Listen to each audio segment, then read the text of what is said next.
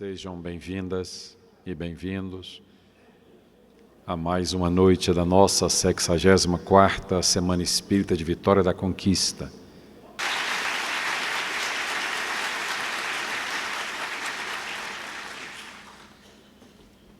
O tema da nossa noite, a evolução intelecto-moral. Maximiliano Lacerda é mestre e doutor em Geociências pela Universidade de Brasília, graduado em Geologia pela Universidade Federal do Mato Grosso, MBA em Formação de Executivos pela Fundação Getúlio Vargas, professor universitário, coordenador de grupos de estudos na Federação Espírita Brasileira e diretor do Centro Espírita Caminho de Luz, no Distrito Federal. Com votos de paz, convidamos o nosso querido irmão para o seu trabalho.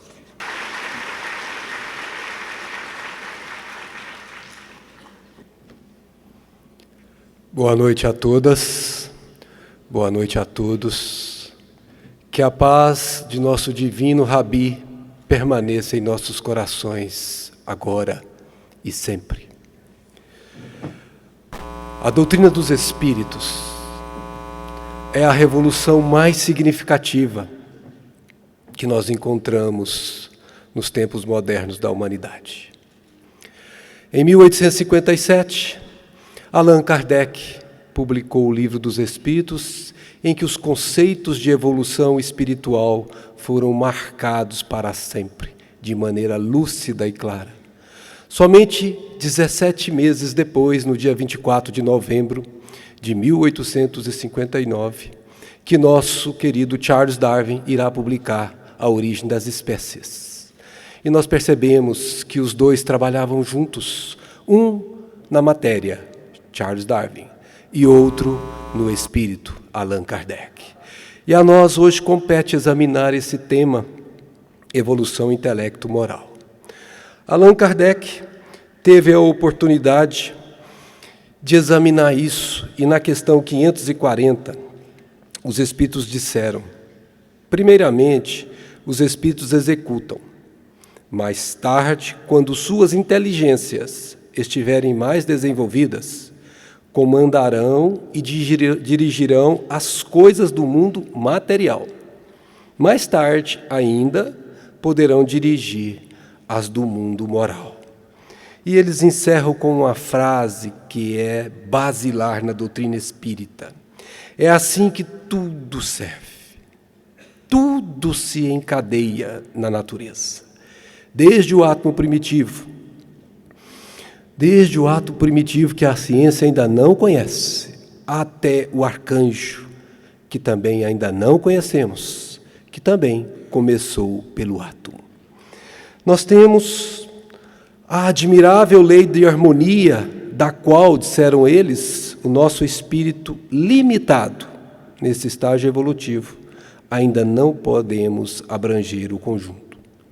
Então, examinar o tema não é uma tarefa muito simples, porque nossa limitação intelecto-moral é significativa. Mas eles disseram na questão 604 que tudo se encadeia na natureza por laços que ainda não podemos compreender. Existem vínculos, ligações entre o processo evolutivo, desde a parte mais inferior até a parte mais superior, que nós não conseguimos ainda apreender. O homem poderá entrevê-los, ter uma noção, por um esforço de sua inteligência. Mas somente quando essa inteligência estiver plenamente desenvolvida, é que poderemos ver a obra de Deus. Bem-aventurados puros de coração, porque estes verão a Deus. Ainda não estamos nesse estágio, mas a terceira revelação nos proporcionou luzes que são de maneira impressionantemente fortes para os nossos olhos de mundo de provas e expiações. E o que nós vamos tentar fazer hoje, conforme eles nos orientaram, é entrever essa evolução do espírito. Mas nós vamos perceber que essa escada de Jacó da vida vem sendo incutida em nossas mentes de espíritos há muito tempo atrás. 3.600 anos atrás, nós já tínhamos registrado o sonho de Jacó. E sonhou, e eis que uma escada se erguia sobre a terra, e seu topo atingia o céu, e os anjos de Deus subiam e desciam por ela. Então, já naqueles idos, os Espíritos vinham nos incutindo as noções de evolução do Espírito. Nascidos, simples e ignorantes, subiremos pela escada da vida para nos tornarmos espíritos crísticos. Muito tempo depois, o próprio Senhor, o governador deste planeta, nos disse: sede, pois, vós outros perfeitos, como é o vosso Pai celestial. A perfeição relativa que comporta a criatura em direção ao Criador. E por fim, ele não podia dizer tudo como ele mesmo nos informou, mas o Consolador prometido por ele nos trouxe esta máxima, e é assim que tudo se encadeia, desde o átomo primitivo até o arcanjo. Portanto, existe uma escada ascensional que não há como não observar.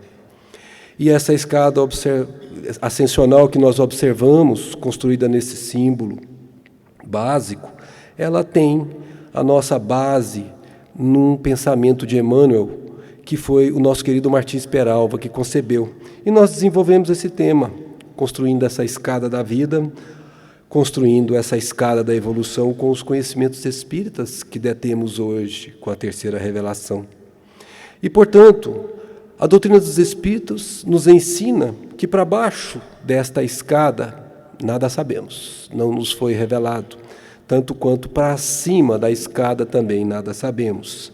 Mas sabemos que no reino mineral, o princípio espiritual, o princípio inteligente ou a mônada celeste, está iniciando os pródomos de seu processo evolutivo. Experimentará nas experiências do reino mineral a inércia. Os cristais têm uma precisão de ligações atômicas que surpreendem. E este é um período em que aquela organização tem vinculação direta com o princípio espiritual. Mas o tempo passa, e esse princípio inteligente, que é latente, é condensado nesse estágio, alça voos mais altos. Aqui nós simplificamos por 3 reinos, mas as vinculações entre esses reinos poderiam ser detalhadas. O reino vegetal permitirá que o princípio espiritual exercite o tropismo, aquele movimento que as plantas, por exemplo, têm fototropismo, como o girassol, que se vincula ao sol, tendo mudança da sua posição em função do nascer e do pôr do sol.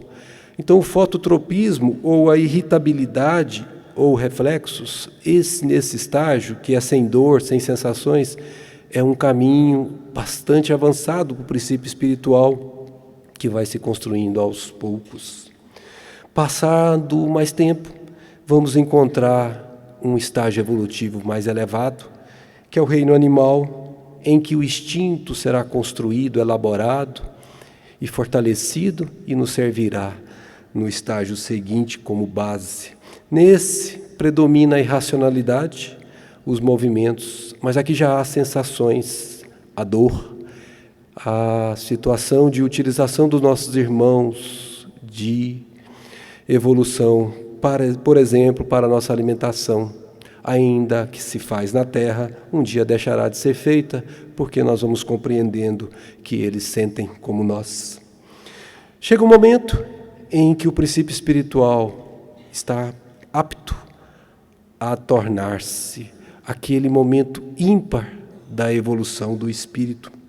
Torna-se não mais espírito com E minúsculo, mas espírito com E maiúsculo no homem primitivo, em que a inteligência começa a ser elaborada gradativamente. Aqui ocorre a individualização do espírito, o pensamento contínuo passa a ser uma característica sua e o livre-arbítrio moral passa a ser o que diferencia a natureza espiritual da natureza animal. Mas precisamos continuar evoluindo. Chega o momento em que atingimos o homem comum, que representa a razão, Mas o que será a razão? A razão, nos diz o nosso querido Paulo apóstolo, é aquele momento em que se pondera: tudo posso, mas nem tudo me convém.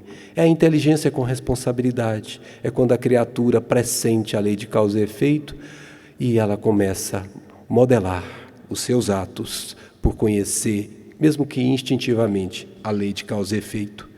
E nesse momento da existência do Espírito, ele estará num processo de provas para mostrar que há império sobre si.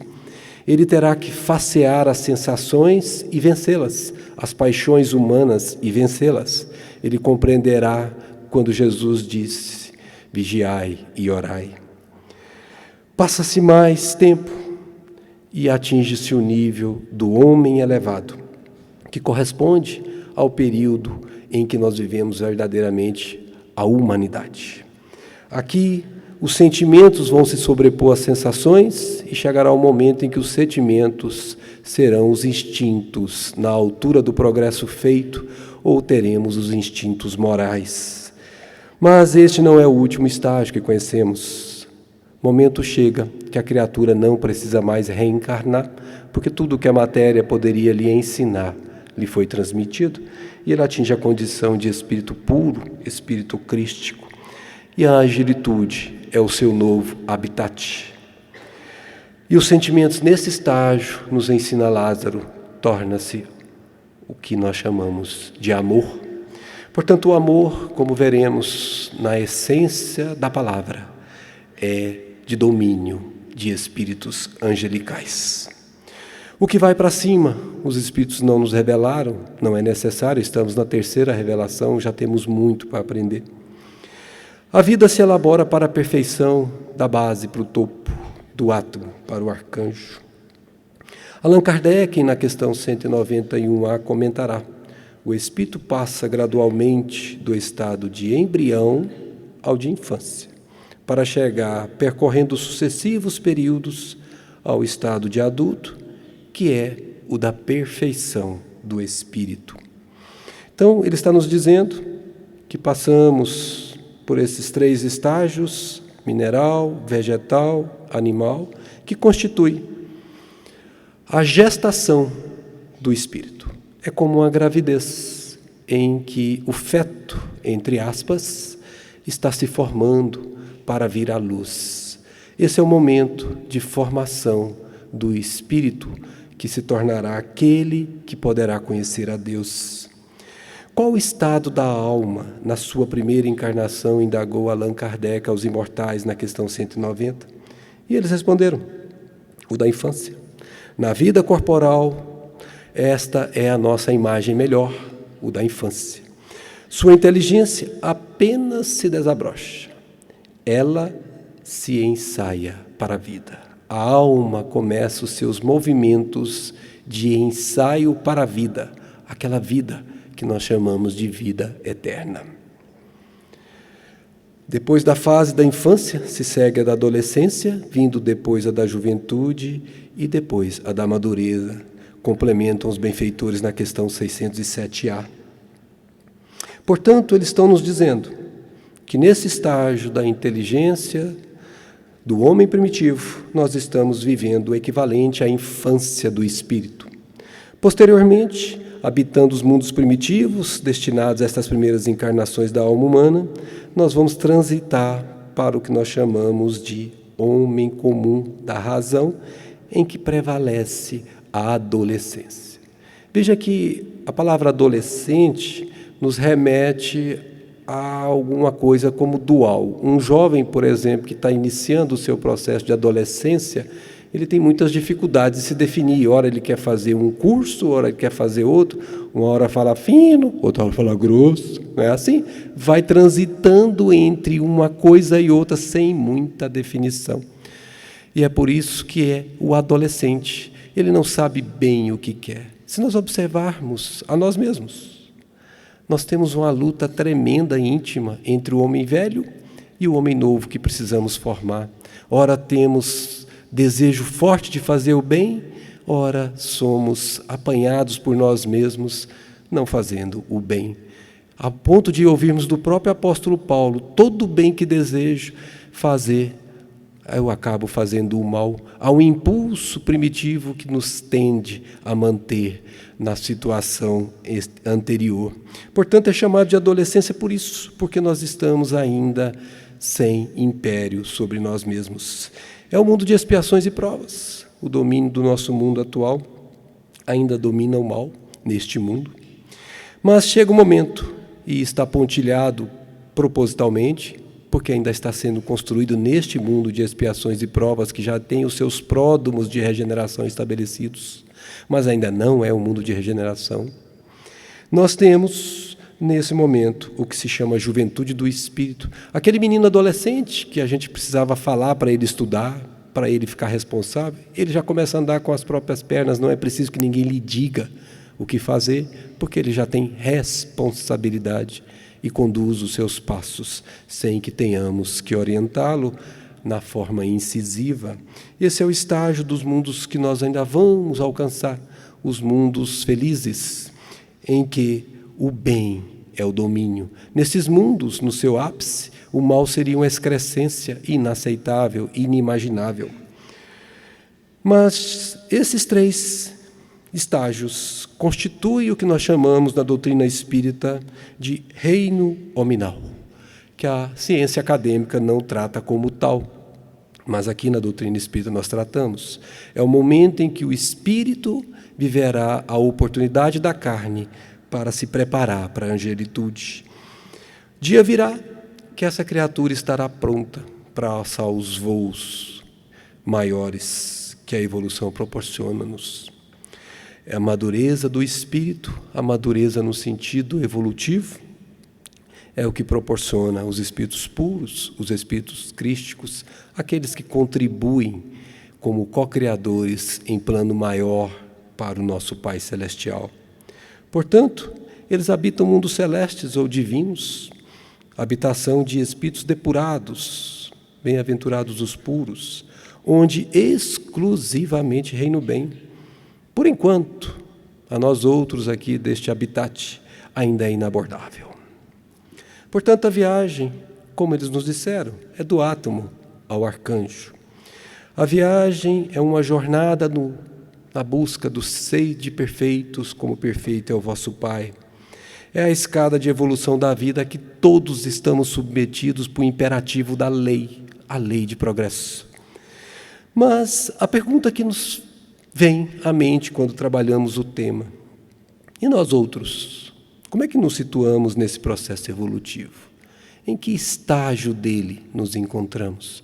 Porque mesmo no mundo de expiações e provas, nós temos traços de mundos melhores e traços de mundos inferiores. A maioridade dos seus habitantes é de expiação e prova, mas nós temos bastante parcelas para cima e bastante parcelas para baixo. A pergunta que nos compete fazer é: como nos situamos nesse processo evolutivo? E o dia que fizemos essa pergunta, nos veio uma lembrança de uma passagem de Jesus contada pelo apóstolo Lucas. Conta-nos o benfeitor que Jesus se encaminhava para Jerusalém e na sua viagem ele passava de aldeia em aldeia, pregando o seu evangelho, trazendo luzes para o mundo. E num desses movimentos de uma aldeia para outra, conta-nos o evangelista que um jovem apareceu diante de Jesus e, empolgado, fascinado pelo seu magnetismo, por tanta beleza que esse Senhor nos trazia, diz a Jesus: de pronto, seguir-te-ei para onde quer que fores. Tal era a força de atração exercida pelo benfeitor maior. E Jesus lhe responde de uma maneira que a maior parte de nós teria, provavelmente, se não muita certeza íntima, que voltar à condição anterior. Disse ele: as raposas têm covis e as aves dos céus têm ninhos, mas o Filho do Homem não tem onde reclinar a cabeça. Em outras palavras, filho, seguir Jesus é largar tudo. É não ter onde reencostar a sua cabeça, nem mesmo uma pedra para se apoiar. É deixar tudo em nome de Jesus. Seguir os passos dele é uma tarefa que compete a todos nós, mas que nem todos nós ainda conseguimos fazer, porque muitos são os chamados. E disse-lhe ainda Jesus: segue-me. Quando Jesus disse isso, o rapaz respondeu: permite-me ir primeiro sepultar meu pai. Permite-me primeiro ir sepultar meu pai.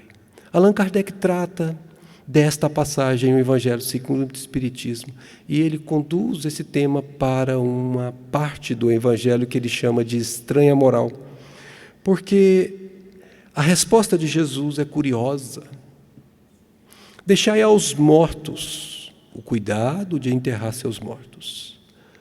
Há aqueles pouco afeitos ao espírito e presos à letra que mata, vão entender Jesus diferente. Como pode Jesus, tão bom como foi, dizer isto? Deixai aos mortos o cuidado de enterrar seus mortos. Ele não se preocupa com o enterro. O filho não teria direito de enterrar o seu próprio pai.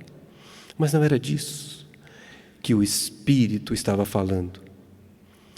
Na verdade, Jesus estava dizendo para o rapaz: deixai os que estão em consciência de sono, os consciências não despertas, enterrarem os corpos daqueles espíritos que estão em consciências de sono também, nos dizendo claramente que existe uma grande quantidade de nós que dorme o sono da carne, ainda que seja espírito. E prossegue dizendo para o rapaz: quanto a ti, vai anunciar o reino de Deus. O que significava dizer: quanto a ti que já está desperto, que já é capaz de perceber, que já é capaz de desejar seguir-me, vai anunciar o reino, porque passou a ser aquele que irá difundir o Evangelho por toda a nossa pátria. E aí nós vamos encontrar situações equivalentes quase 2000 anos depois. Temos muitos que dormem na carne, mas muitos mesmos. E temos poucos despertos que estão prontos para largar tudo e seguir com o Mestre. Mas a pergunta que nos vem, ainda que seja assim: como que se elabora o processo da evolução da inteligência? Como se elabora o processo de evolução da moral? Enfim, como se expande a consciência? Como é que isso acontece em nós? E nós vamos encontrar um espírito magnífico, particularmente temos uma profunda reverência por ele, Lázaro. Lázaro nos dirá no capítulo 11 de O Evangelho segundo o Espiritismo: em sua origem, o homem só tem instintos. Quando mais avançado e corrompido, só tem sensações. Quando instruído e depurado, tem sentimentos.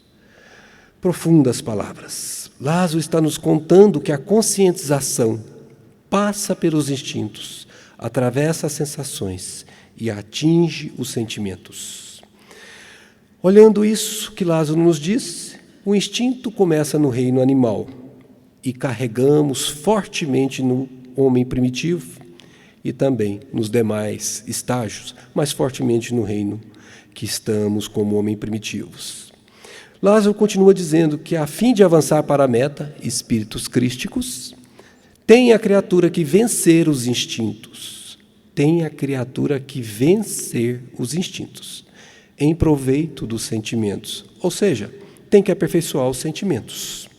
Ou seja, teremos que fazer uma travessia.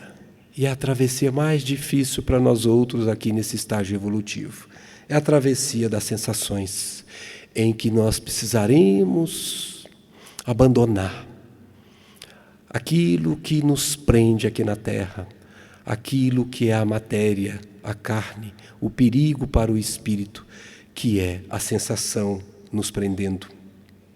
Os sentimentos, dirá o nosso benfeitor, são os instintos elevados à altura do progresso feito. Ou seja, dia virá que o sentimento será instalado em nós outros, definitivamente, e nós agiremos por impulso, como fazemos por impulso no instinto. E o bem se fará também dessa forma. Mas isso se faz de forma gradativa, tudo se encadeia, tudo segue o seu tempo, cada processo gradativamente sendo construído. A viagem que estamos todos nós fazendo, indo do instinto ao sentimento, passando pelo rio da sensação, o rio da paixão. Mas esta viagem também é a viagem da animalidade, da brutalidade, da insensibilidade para a humanidade, para o sentimento de pertencimento, mas ao mesmo tempo de preocupação com o outro. Mas a viagem no instinto proporciona a percepção de uma consciência que está embrionária, que vai preparando-se para se tornar, no seu tempo, desperta. E isto vai sendo construído na sensação em que esta consciência começa o seu despertamento, um processo que nós estamos vivendo.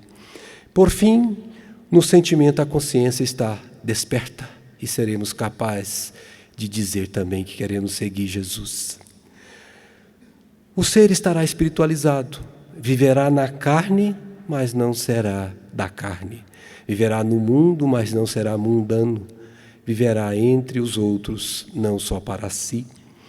E Lázaro, no seu ensinamento profundo, nos diz que o amor resume a doutrina de Jesus toda inteira. Por quê? Porque esse é o sentimento por excelência. Portanto, amor é um sentimento, mas não é qualquer sentimento. É o sentimento por excelência. E nós aprendemos que toda a lei e os profetas estão contidos nos mandamentos que Jesus nos ensinou: amar a Deus sobre todas as coisas e ao próximo como a si mesmo. Mas ninguém pode dar o que não tem. Como eu posso dar paciência se eu não a possuo? Como eu posso dar doçura se eu sou azedo? É preciso que conquiste um pouquinho de paciência que seja para dar para quem não tem paciência nenhuma ou para quem tem menos paciência. É preciso que se conquiste um pouquinho de doçura para que se dê a quem tem menos doçura. Portanto, o amor a si mesmo é o primeiro estágio para podermos conseguir contribuir com o próximo. Aí então começaremos a doar o que recebemos da vida, fazendo a vontade do Pai, assim na terra como no céu, ensinando-nos e sendo ensinados a amar. Esta é a viagem que atravessamos nos instintos, nas sensações, nos sentimentos, em que Kardec chamou no capítulo 17 de O Evangelho segundo o Espiritismo de maturidade do senso moral. Moral. Que definição se pode dar da moral, indagou o benfeitor na questão 629.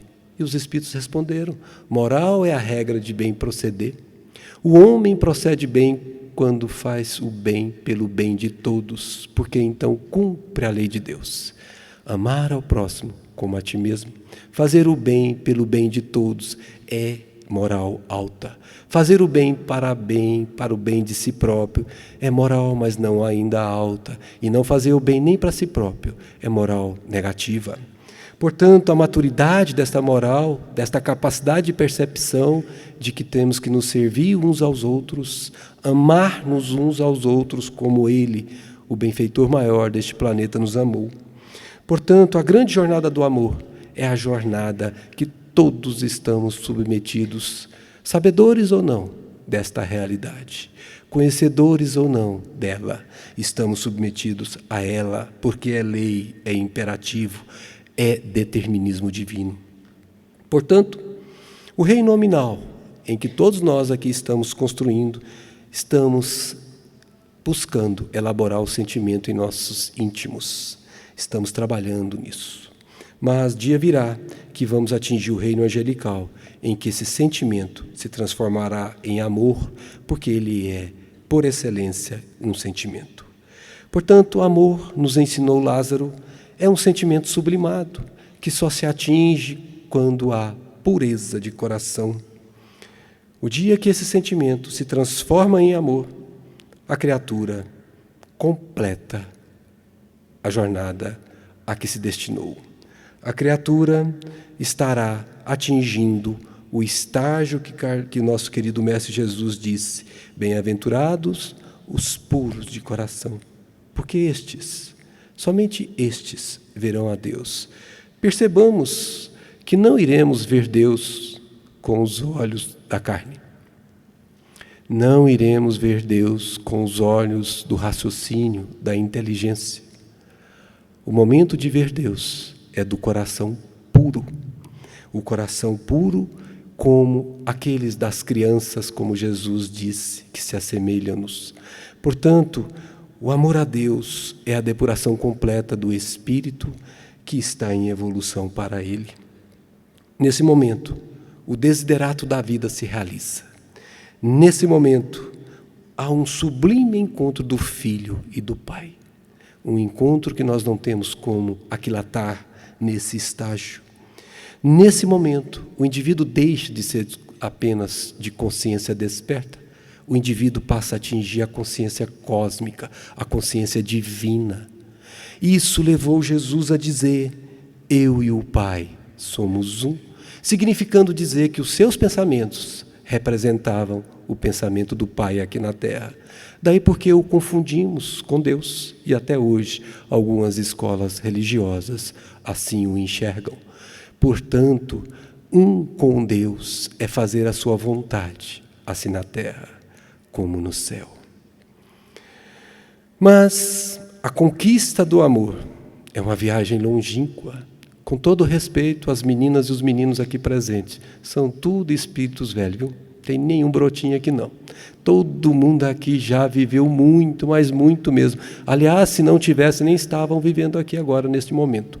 Porque para estar numa semana espírita, tratando de assuntos transcendentais do espírito, significa que a criatura já viveu muito e já tem o seu despertamento em processamento claro. Lázaro nos disse, nós vamos examinar isso com mais cuidado, que em nossa origem nós só temos instintos. Mas o que é instinto? É uma inteligência sem raciocínio.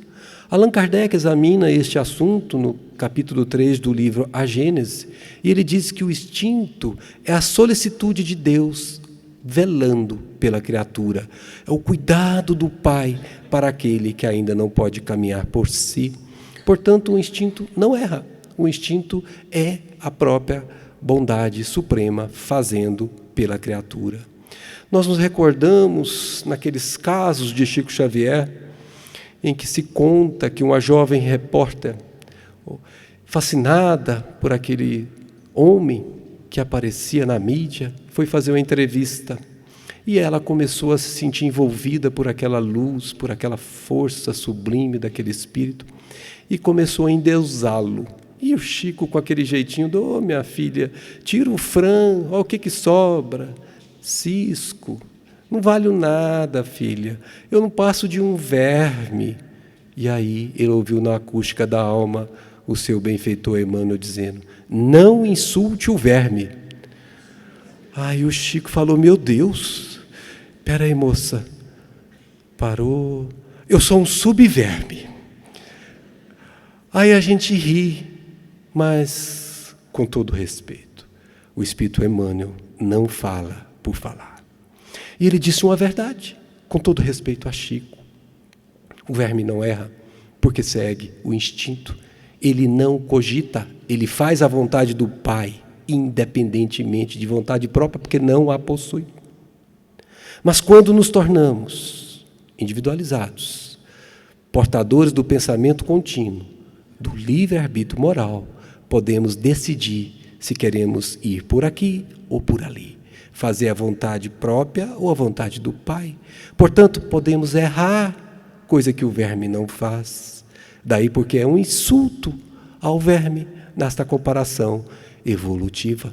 Por isso nós sabemos que este período do instinto é um período em que a criatura faz a vontade do Pai completamente, mas não cogita, portanto não tem mérito. E isso está alegoricamente registrado. há 3.600 anos atrás aproximadamente, e ambos estavam nus. O homem e sua mulher não se envergonhavam. Vejam, Jesus diz que o reino do céu se assemelha para aqueles que estão parecidos com crianças. Se o reino do céu é para aqueles que estão parecidos com crianças, a gente observa que esta imagem é a da própria criança. Alguém aqui já viu uma criança se envergonhando, uma criança de 2 anos, 3 anos, 4 anos se envergonhando de estar nu? Eu nunca vi uma criança fazendo assim, ai meu Deus, me viro. Nunca vi. Nunca vi uma criança falar, mamãe, olha só, ele está me vendo nu. Não, porque nessa fase é pureza total no seu pensamento. É como este retrato que a Gênesis nos trouxe. É por isso que o reino dos céus é para aqueles que são semelhantes aos ingênuos, aos puros, que não têm maldade, não têm malícia em seus corações. Esta é a imagem possível de se ter neste momento do nosso mundo espiritual.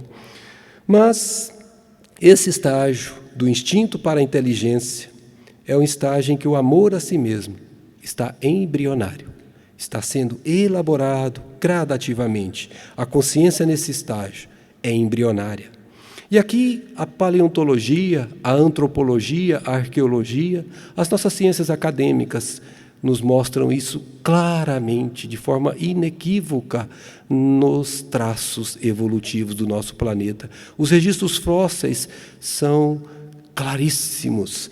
No Australopithecus nós temos o primeiro movimento, que ainda não é um ser humano, um protótipo, um hominídeo. Depois nós já percebemos na mão do nosso irmão ancestral, Homo habilis, um instrumento que ele já começa a desenvolver com a sua inteligência, e esse instrumento vai se melhorando. Nós estamos aqui enxergando o processo de desabrochar da consciência e da inteligência aos poucos. Isso levou milhares de anos para acontecer. André Luiz dirá de maneira muito acadêmica no livro Evolução em Dois Mundos, com a supervisão celeste,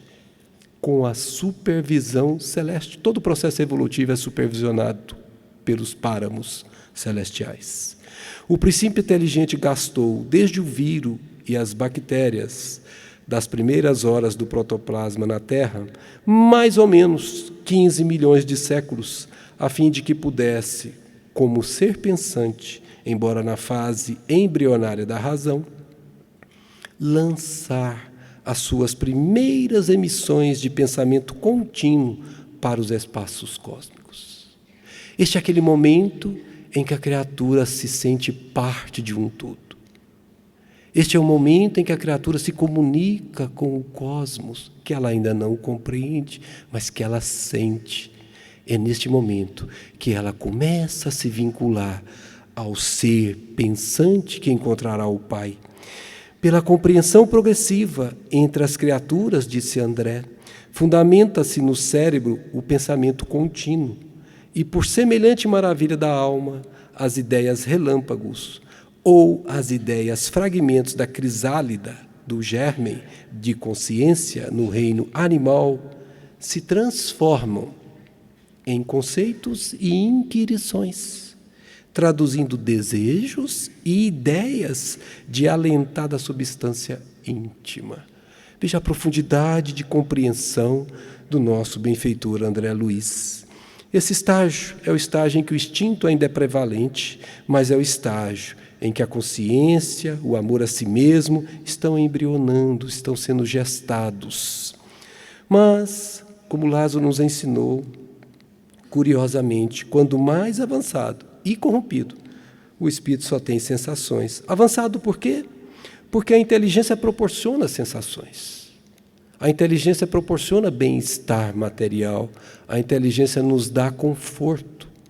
Quem é que não gosta de conforto? E mobilizando os seus valores intelectuais, a criatura vai conseguindo elaborar para si uma vida melhor. Mas o problema é que esta vida melhor pode corrompê-lo, ele pode não saber conduzir-se nessa jornada. Então, ambos foram abertos os olhos de ambos e conheceram que estavam nus. Tomaram conhecimento que estavam nus pelo que cozeram folhas de figueira e fizeram para si aventais. Ou seja, a consciência estava desabrochando, a criatura já tinha noção de que ela era alguém. Mas ele disse corrompido. Corromper é perturbar o que está perfeito. O abuso das sensações causa o mal. As sensações em si são neutras. São o impulso que o espírito precisa para o seu progresso, mas o abuso delas corrompe o espírito. Aqui nós temos a simbologia de um dos imperadores romanos, Calígula, que é o símbolo de paixões humanas naquele movimento de corrupção. As paixões, disseram os espíritos, são sinal de atividade e de consciência do eu. Porquanto, na alma primitiva, a inteligência e a vida se acham no estado de germen, no estado de semente, no estado de crisálida. A consciência do amor a si mesmo está se elaborando. Nós enxergamos isso no Australopithecus. A alma é primitiva, está sendo gestada, mas claramente as ferramentas, as vestimentas nos dizem de uma maneira nítida que o desenvolvimento da inteligência é muito claro. A consciência do eu se elabora pouco a pouco, mas continuamente. A viagem do instinto rumo ao sentimento vai se fazendo gradativamente. Disseram ainda eles, os benfeitores, as paixões são como um corcel, aquele cavalo selvagem, não amansado, que só tem utilidade quando governado e que se torna perigoso desde que passe a governar. Quando governado. Quantos de nós, em nossa história evolutiva, temos nos perdido por ter sido governados por esses processos da sensação, das paixões? Quantos de nós já não se perdeu na loucura do dinheiro, do poder? Quantos de nós já não se entregou aos vícios que provocam a escravidão do espírito? Quantos de nós ainda não têm traços claros disso? O mérito evolutivo, portanto, é um só. É o governo da vontade. Por isso Jesus disse, vigiai e orai, para que não entreis em tentação, para que tenha domínio sobre si mesmo, império sobre si mesmo. Allan Kardec, examinando com mais cuidado a questão, endereça essa pergunta. Com que fins pôs Deus atrativos no gozo dos bens materiais? Ou seja, por que não fez as coisas sem gosto? Por exemplo, não sei quanto a vocês, mas o chocolate para mim é uma tentação, não sei com relação a vocês. Por que Jesus pôs, ou melhor, Deus pôs gozo nesse chocolate? Por que o negócio é tão gostoso assim? É para fazer você comer o chocolate, meu filho. Comer um chocolate, 2 chocolates, não tem problema. O problema é quando você começa a comer e percebe que já está no 33º. Aí só Jesus na causa, porque o seu problema é sério. Então, Kardec perguntou isso, e eles responderam exatamente para isso, para instigar o homem. Olha a palavra, instigar, por isso que é tentação. O homem ao cumprimento de sua missão e para experimentá-lo por meio da tentação. Como não como? Como não como? Por que não comer? Come, pronto. Perdeu de novo a luta íntima. E isto é uma brincadeira singela, mas quantas tentações sérias nós temos enfrentado ao longo de nosso processo evolutivo. Por isso a função das paixões é importantíssima para o desenvolvimento do espírito, porque estimula e tenta a sua capacidade do seu autogoverno. Kardec ainda foi mais longe, perguntou qual o objetivo dessa tentação. E os benfeitores responderam, desenvolver-lhe a razão, que deve preservá-lo dos excessos. Eu sei que chocolate é gostoso, mas eu sei que chocolate demais faz mal. Eu sei que dinheiro é bom, mas que dinheiro represado é como trombose. Porque dinheiro é o sangue social, na linguagem de Emmanuel, e quando interrompido nas mãos de alguns, provoca trombose social. E é aqui que nós vamos percebendo isso aos poucos e sabendo desprender, sabendo desapegar desses recursos que são empréstimos divinos para a criatura. Por isso, já muito antes, o apóstolo nos avisava: tudo posso, mas nem tudo me convém. Nesse estágio, a criatura pondera, a sua consciência está em pleno despertamento, a criatura luta intimamente, uma luta que se trava dentro dela e o mundo de fora não enxerga, mas uma luta que ela precisará fazer em si e somente consigo. É uma luta de cada um de nós e precisaremos vencer para alçar voos mais altos. Mas chega esse momento que a gente vai conquistando o amor a si mesmo, ele vai sendo elaborado para a vida, a consciência vai ficando em despertamento e nós estamos atravessando o rio das sensações, fazendo esse movimento de despertamento. Mas Lázaro nos diz que quando instruído, o que estamos fazendo aqui?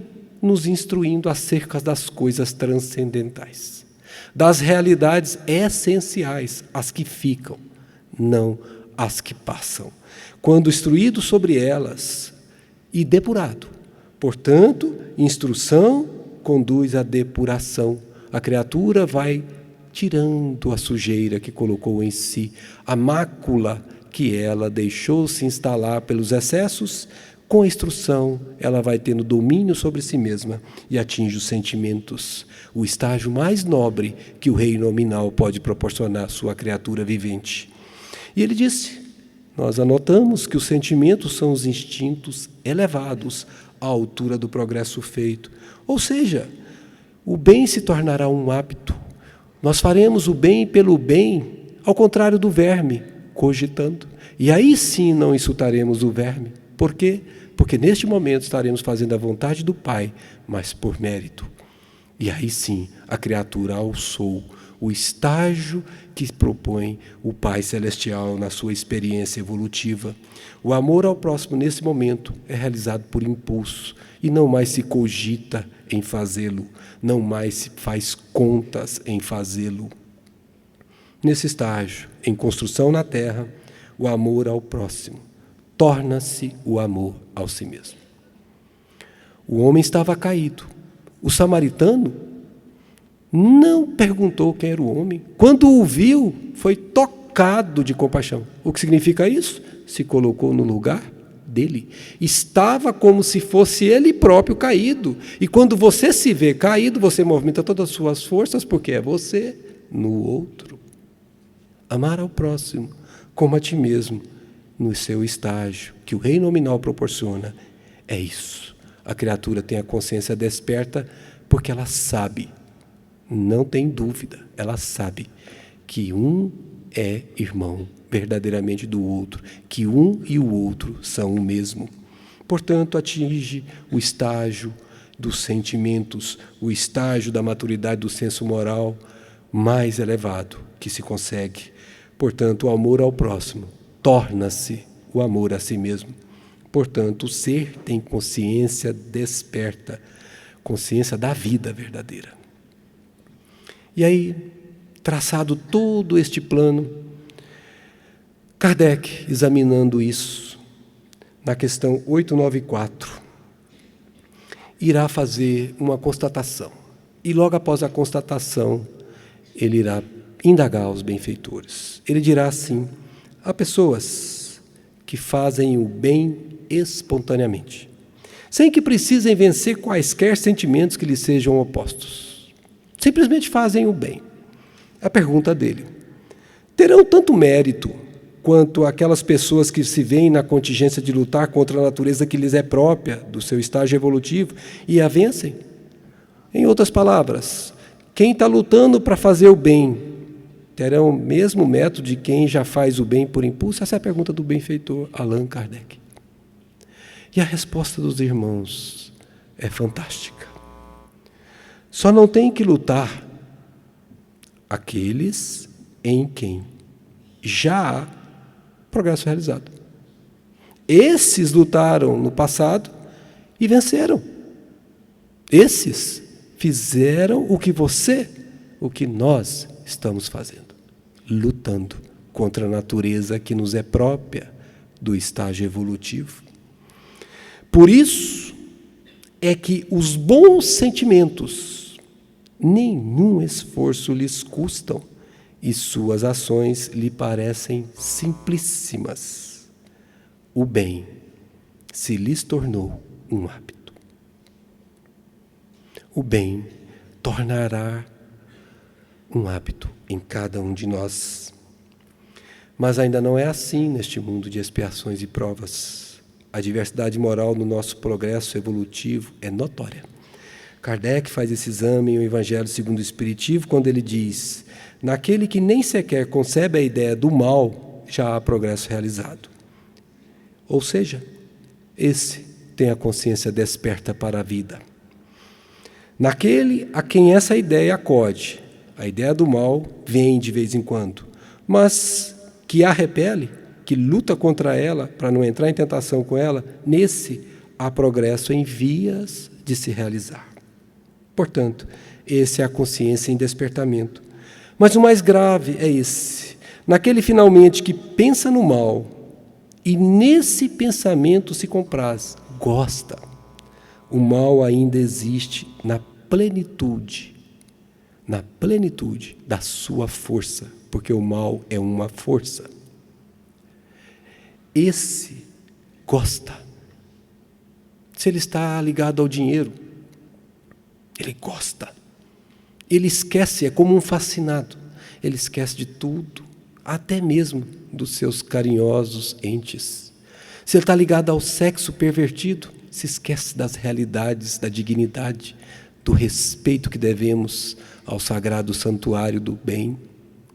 Se ele está vinculado ao poder, pelo poder, sem transmitir o seu poder aos que são por ele conduzidos, é outro fascinado, mas que gosta do que faz. Este não está em consciência embrionária, não.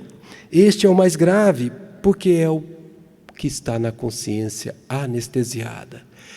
É o morto enterrando o morto. É aquele que vive na carne, sem se lembrar que é espírito. É aquele que vive no mundo das formas, esquecendo-se que o seu habitat real é o mundo dos espíritos. Portanto, é preciso que façamos reflexões. Façamos reflexões porque nós não podemos permanecer da forma como estivemos durante tantas encarnações sem fazer isso antes. E essas reflexões são necessárias porque Kardec nos disse que se reconhece o verdadeiro espírita, o verdadeiro cristão, pela sua transformação moral. O que coincide com dizer com o seu despertamento, quando ele é capaz de olhar para dentro de si, conheça-te a ti mesmo, e perceber que ele tem conquistas importantes, que ele já tem o que compartilhar com os seus demais caminheiros de jornada evolutiva.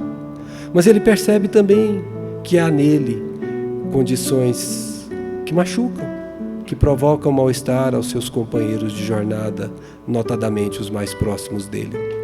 E é por isso que nesse momento ele enxerga o que ele precisa trabalhar e o que ele já pode doar de si. Então ele diz que se reconhece o verdadeiro espírita pelo esforço que ele emprega, que ele faz para domar, como se doma aquele corcel bravo, as suas más inclinações. Este é o momento em que ele está trabalhando para si próprio. É o momento que ele está elaborando em si próprio os recursos que ele poderá compartilhar com o seu próximo ao seu tempo. João, o apóstolo, nos disse: pois quem não ama a seu irmão ao qual viu, como pode amar a Deus a quem não viu? O que vale é dizer que nós precisamos fazer o trabalho ao próximo, porque senão jamais veremos a Deus. Tem no livro dos Bastidores da Obsessão uma frase de um personagem do livro, esplendorosa no nosso entendimento. Ela diz assim: quando eu buscava Deus fora de mim, não o achava. Quando o procurava dentro de mim, tinha-o perdido. Resolvi amar e ajudar meu próximo e deparei-me comigo, com Deus e com meu irmão.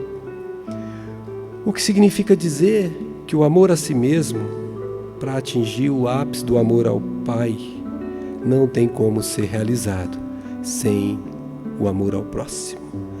A busca do si mesmo ao encontro do Pai somente é possível amando o próximo. Ou como disse o nosso benfeitor Allan Kardec, não se pode verdadeiramente amar a Deus sem amar ao próximo, nem amar ao próximo sem amar a Deus. Mas aí vem a pergunta: é uma viagem longínqua. A quem seguir nessa viagem? Essa viagem de amor rumo ao Pai, a que todos estamos destinados. Qual será o meu roteiro? Em quem devo me espelhar? Como fazer para não errar? Para não desviar o caminho? E nós já sabemos isso há muito tempo. Eu sou o caminho, a verdade e a vida, ou eu sou o caminho da verdade e da vida. Ninguém vai ao Pai senão por Ele, o Senhor Jesus. A busca do reino de Deus dentro de nós se passa por Ele. Não há como passar por caminhos diferentes. Mas a viagem é longínqua. Sentiremos fome, sentiremos vazio existencial neste que é o desiderato maior de todos nós. A quem buscar para o nosso sustento. E também Ele nos disse claramente: eu sou o pão da vida. Aquele que vem a mim, de modo algum terá fome. Ainda passamos fome, depressão, desejos incontidos nas perversões que não saciam, mas fazem ficar com mais fome ainda. Insistimos em buscar outros guias que nos levam ao despenhadeiro do sofrimento. E a viagem é longa, e os caminhos, os convites dos atalhos são diversos. A travessia do rio das sensações é muito tentadora. Como não nos perdermos nela? Ele foi nítido ao nos dizer: eu sou a luz do mundo. Quem me segue? Qualquer um, de modo algum, jamais andará em trevas. Jamais. Mas terá luz para a vida toda, a vida eterna. Por que andar na escuridão se a luz está disponível há tanto tempo? Por quê? A caminho da luz é a destinação de todos nós. Teremos que brilhar a nossa própria luz, mas enquanto não conseguimos, o facho da luz do Senhor está disponível. Mas a realidade deste mundo em que vivemos não é essa que nós gostaríamos que fosse. O sofrimento avassala. Os nossos irmãos de caminhada gemem à nossa porta. Gemidos que a gente ouviu aqui neste movimento ontem à noite, de espíritos que a irmã captou, gemendo por ouvir palavras de convite a Jesus. Os gemidos de dor estão ao nosso lado, muitas vezes dentro de nossas casas. Quantos suicídios teriam sido evitados se emprestássemos nossos ouvidos àqueles que não têm mais ninguém? Seríamos aqueles que faríamos ao outro o que gostaríamos que o outro fizesse a nós. Por isso, quando nós vemos cenas como essa, espalhadas pelo nosso país, pelo nosso planeta, ainda de forma impressionantemente grande. Observem as mãos sujas, o cabelo degrenhado, a roupa toda empastada.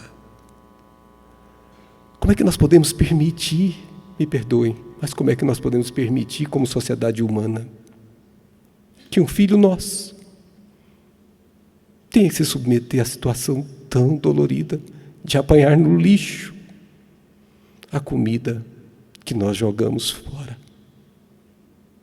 Como podemos permitir? Como? Jesus disse: tive fome e me deste de comer, tive sede e me deste de beber, careci de teto e me hospedastes, estive nu e me vestistes, achei-me doente e me visitastes, estive preso e me foste ver. Quem já foi ver um preso sabe o constrangimento que é para ver um preso. Enfim, tivestes compaixão de mim. E ele, o nosso benfeitor maior, nos dirá: em verdade, eu vos digo, que quando o fizestes a um destes meus pequeninos irmãos, a mim mesmo o fizestes. Yeshua, Jesus, é salvação, traduzido literalmente. Fora da caridade, não há salvação, e ele é a expressão maior da caridade no mundo. Mas somos criaturas que temos livre-arbítrio. Movimentar esforços para fazer a vontade do Pai, assim na terra como no céu, é ainda da consciência individual de cada um de nós. E a cada um de nós compete decidir a quem seguir. Muita paz a todas, muita paz a todos e muito obrigado por sua atenção.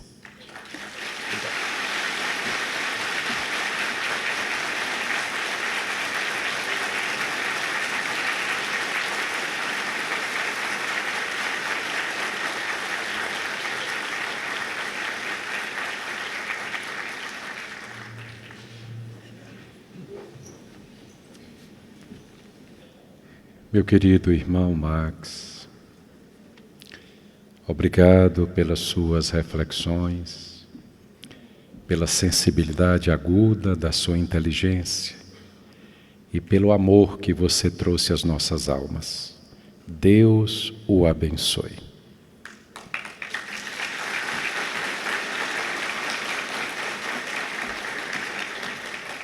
Vamos convidar o nosso irmão Marcos de Assis, que fará o nosso encerramento da noite. Desejamos paz para todos.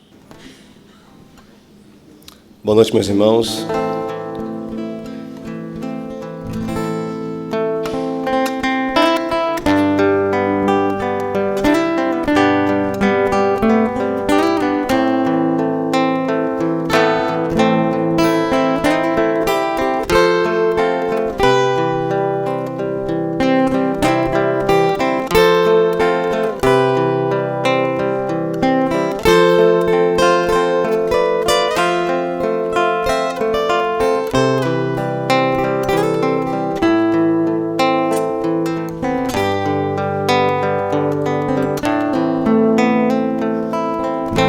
Quanto mais o tempo passa,